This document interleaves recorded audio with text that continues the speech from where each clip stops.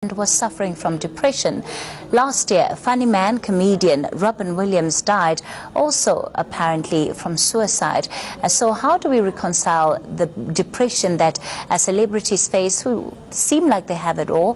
Well, Nkini Phasha from he's the spokesperson for the South African Depression and Anxiety Group. He joins me now in studio. Good evening. Good Thanks evening. for your time Good tonight. Evening, Kathy. Great to be here. Thank you. You know, some of the surveys that you look at in the US in particular, they make a direct link between the suicide rate amongst celebrities to that of the general population, and they almost attribute the increase in suicide amongst the general population to stars perhaps taking their own lives. Is that something that would be applicable to South Africa? I mean, absolutely, and I think it's almost as if, you know, the general public is sort of looking, you know, you're idolizing this person, you're looking up to this, you know, star, and that they can do this. It's in essence almost as if it gives the general public sort of the confidence to say, you know what, actually, it's okay.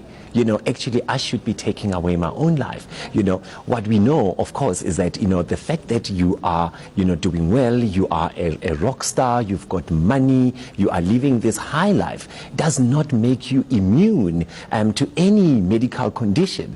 And when we're talking mental illnesses, they are no different from diabetes, hypertension, stroke, and the list goes on and on. They are also medical conditions. They do not discriminate on your social standing. They do not discriminate in terms of gender or, you know, or your financial, you know, standing.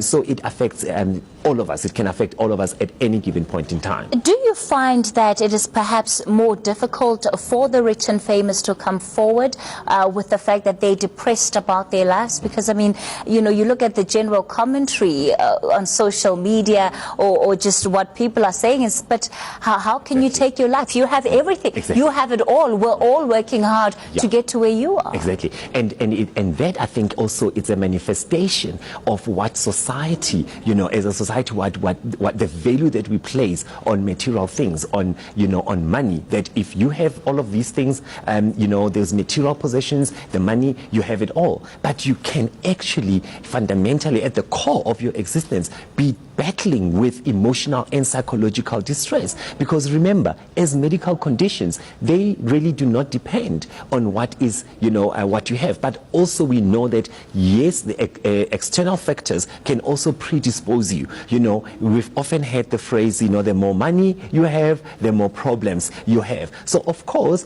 although it might seem like you've got it all together, you've got it all, that brings with it a set of challenges, a set of expectations, which it might be very hard for that individual once they're alone and they're off from that stage. And remember, they go back, you know, as a human being, and they may actually then be feeling completely lonely and completely, you know, helpless and hopeless. And because they are perceived to be, you know, this star, it then becomes very difficult for them to openly come forward and say, this is what I'm dealing with, because of the stigma that is hugely associated, you know, with mental illnesses.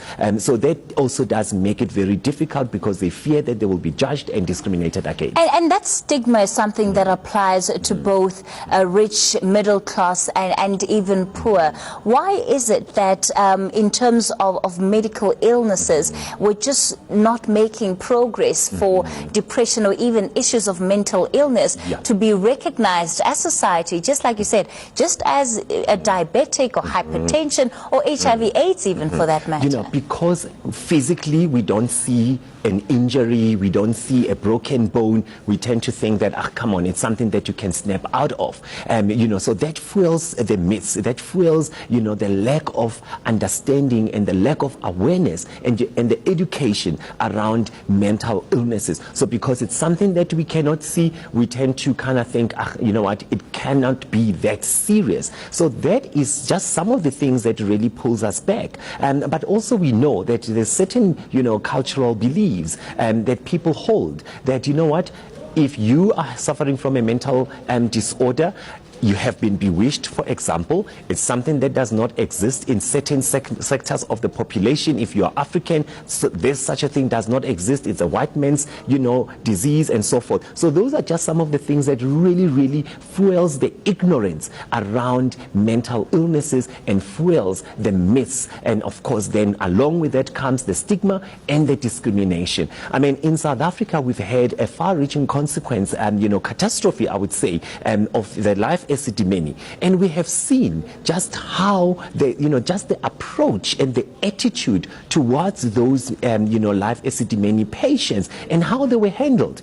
And really, as the South African Depression and Anxiety Group and other NGOs, and that were working, on this matter, we believe that if perhaps they were suffering from any other type of a medical condition, they probably would not have been treated, as such, and they probably would have received better care and, and much more compassion and understanding for what that they are going through. Well, it's certainly a conversation that we need to keep having more, because it certainly steals from our societies. That was SADAG's spokesperson, Nkini, Phasha. All right, let's continue here. Eskom CFO Anoj Singh is facing a barrage of questions and possible criminal charges for, as yet, unexplained decisions that benefited the Gupta family. A 1.6 billion rand guarantee from Eskom to Absa Bank as surety for the Gupta's Tegeta mining company to buy the Optimum coal mine is just one of those decisions.